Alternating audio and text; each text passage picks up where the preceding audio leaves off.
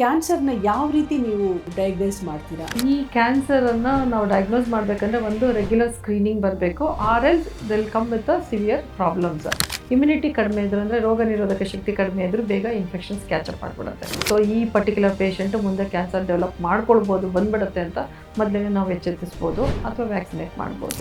ಒಂದು ಕಾಯಿಲೆ ಇದೆ ಅಂತ ಗೊತ್ತಾಗುತ್ತೆ, ಎರಡನೇದು ಯಾವ ಸ್ಟೇಜಲ್ಲಿ ಇದೆ ಅಂತ ಗೊತ್ತಾಗುತ್ತೆ, ಮೂರನೇದು whether we have to operate ಅಥವಾ ಬೇರೆ ಟ್ರೀಟ್ಮೆಂಟ್ಗಳಿಗೆ ನಾವು ಹೋಗಬೇಕಾಗತ್ತಾ. ಬಟ್ ಐಡಿಯಲಿ ಸ್ಪೀಕಿಂಗ್ ಇವತ್ತಿನ ಸಿನಾರಿಯೋದಲ್ಲಿ ಎವ್ರಿ ಇಯರ್ ಸ್ಕ್ರೀನಿಂಗ್ ಮಾಡ್ಕೊಂಡ್ರೆ ಒಳ್ಳೆಯದು. ನಾವು ವರ್ಷದಲ್ಲಿ ಒಂದು ದಿವಸ ನಮಗೋಸ್ಕರ ನಾವು ಟೈಮ್ ಕೊಡೋದ್ರಲ್ಲಿ ತಪ್ಪೇನಿದೆ.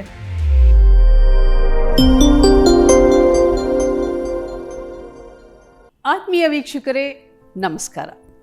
ಹೊಸ ದಿಗಂತ ಡಿಜಿಟಲ್ ಚಾನೆಲ್ನ ನಿಮ್ಮ ಗೆಳತಿ ಡಾಕ್ಟರ್ ಪುಣ್ಯವತಿ ಕಾರ್ಯಕ್ರಮಕ್ಕೆ ಮೊದಲಿಗೆ ಡಾಕ್ಟರ್ನ ಸ್ವಾಗತ ಕೋರೋಣ. ಡಾಕ್ಟರ್, ಕಾರ್ಯಕ್ರಮಕ್ಕೆ ಸ್ವಾಗತ.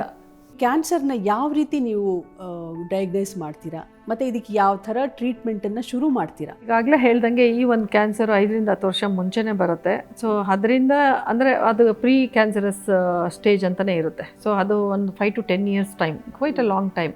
ಸೊ ಈ ಕ್ಯಾನ್ಸರನ್ನು ನಾವು ಡಯಾಗ್ನೋಸ್ ಮಾಡಬೇಕಂದ್ರೆ ಒಂದು ರೆಗ್ಯುಲರ್ ಸ್ಕ್ರೀನಿಂಗ್ ಬರಬೇಕು, or else they'll come with severe problems.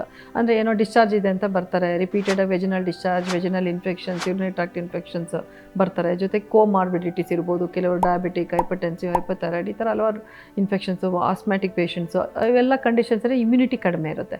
Immunity ಕಡಿಮೆ ಇದ್ರು ಅಂದರೆ ರೋಗ ನಿರೋಧಕ ಶಕ್ತಿ ಕಡಿಮೆ ಇದ್ರೂ ಬೇಗ ಇನ್ಫೆಕ್ಷನ್ಸ್ ಕ್ಯಾಚಪ್ ಆಗಿಬಿಡುತ್ತೆ.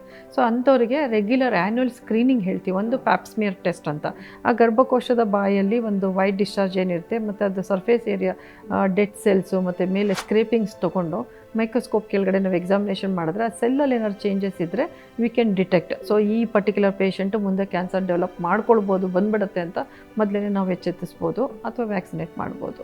ಆಮೇಲೆ ಎರಡನೇದು ಏನಂದರೆ ಅಲ್ಟ್ರಾಸೌಂಡ್ ಮಾಡಿದ್ರೆ ಇನ್ನು ಅಡ್ವಾನ್ಸ್ಡ್ ಕೇಸ್ಗಳಲ್ಲಿ ಗ್ರೋತ್ ಇದ್ದರೆ ಗೊತ್ತಾಗುತ್ತೆ.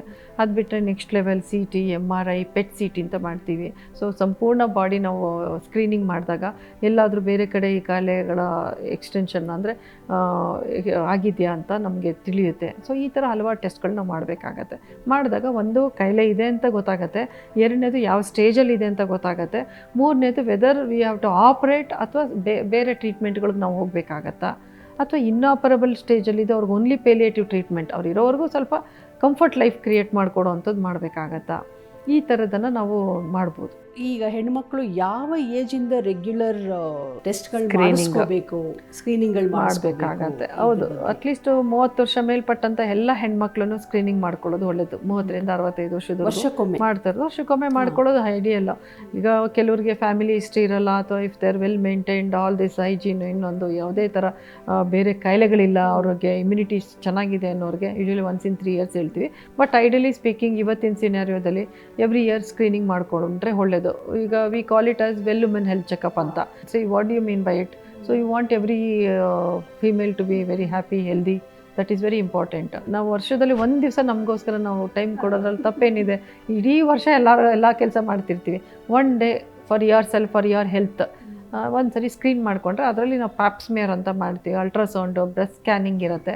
ಅದಲ್ಲದೆ ರೆಗ್ಯುಲರಾಗಿ ಶುಗರ್ ಇದೆಯಾ, BP ಇದೆಯಾ, ಬೇರೆ ಕಂಡೀಷನ್ಸ್, ಹೈಪೋಥೈರಾಯ್ಡಿಸಮ್ ಇದೆಯಾ, ಕೊಲೆಸ್ಟರಾಲ್ ಆಗಿದೆ, ಕಾರ್ಡಿಯಾಕ್ ಪ್ರಾಬ್ಲಮ್ಸ್ ಇದೆಯಾ, ಆ ಥರ ಸತತವಾಗಿ ಆಗುತ್ತೆ. ಅದ್ರ ಜೊತೆಗೆ ಮಹಿಳೆಯರಿಗೆ ಇದು ಅಡಿಷ್ನಲ್ ಸ್ಕ್ರೀನಿಂಗ್ ಮಾಡೋದ್ರಿಂದ ನಾವು we can detect very early. ಯಾವ ಥರ ನೀವು ಅದನ್ನು ಆಪ್ರೇಟ್ ಮಾಡ್ತೀರಿ? First thing prevention by taking 1 HPV vaccination and maintaining good life style. ಯಾವುದೇ ಥರ ಡಿಫಿಷಿಯನ್ಸಿ ಇಲ್ದಂಗೆ ನ್ಯೂಟ್ರಿಷನಲ್ ಡಯಟ್ ತೊಗೊಳ್ಬೇಕಾಗತ್ತೆ. ಯಾವುದೇ ಬ್ಯಾಡ್ ಹ್ಯಾಬಿಟ್ಸ್ ಇರ್ಬೋದು, ಆಲ್ಕೋಹಾಲ್ ಕನ್ಸಂಪ್ಷನ್, ಟೊಬ್ಯಾಕೋ, ಈ ಥರದನ್ನು ಬಿಡಬೇಕಾಗತ್ತೆ. ಅದು ಬಿಟ್ಟು ನೆಕ್ಸ್ಟ್ ಲೆವೆಲ್ಗೆ ಟ್ರೀಟ್ಮೆಂಟ್ ಬಂದರೆ ಒಂದು ಡಿಪೆಂಡ್ಸ್ ಆನ್ ಆಪ್ರೇಬಲ್ ಸ್ಟೇಜು. ನಾನು ಹೇಳ್ದಂಗೆ ತುಂಬ ಅರ್ಲಿ ಸ್ಟೇಜ್ ಇದ್ದರೆ ಅದು ಆಪ್ರೇಟ್ ಮಾಡ್ಬೋದು. ಪ್ರೀ ಕ್ಯಾನ್ಸರಸ್ ಸ್ಟೇಜ್ ಇದ್ದರೆ ಅದನ್ನು ಸಂಪೂರ್ಣ ನಾವು ಯೂಟ್ರಸ್ಸು ತೆಗಿಯೋ ಅವಶ್ಯಕತೆ ಏನಿರಲ್ಲ. ಗರ್ಭಕೋಶದ ಒಳಗಡೆ ಪದರ ಏನಿರುತ್ತೆ, ಸರ್ವಿಕಲ್ ಇಂಟರ್ನಲ್ ರೀಜನ್, ಅದನ್ನು ಒಂದು ಲೇಯರ್ ತೆಗೆದುಬಿಟ್ಟು ಅವ್ರನ್ನ ಮತ್ತೆ ಬಿಡ್ಬೋದು, ಫಾಲೋಅಪ್ ಮಾಡ್ಕೊಳ್ತಾ ಹೋಗ್ಬೋದು ನಾವು. ಸೊ ಅವರು ರೆಗ್ಯುಲರಾಗಿ ಎಲ್ಲ ಮಹಿಳೆಯರು ಹೇಗಿರ್ತಾರೋ ಹಾಗಿರ್ಬೋದು. ಒಂದು ವೇಳೆ ತುಂಬ ಚಿಕ್ಕ ವಯಸ್ಸಿನವರಾದರೆ ಮುಂದೆ ಮಕ್ಕಳೂ ಸಹ ಮಾಡ್ಕೊಳ್ಬೋದು.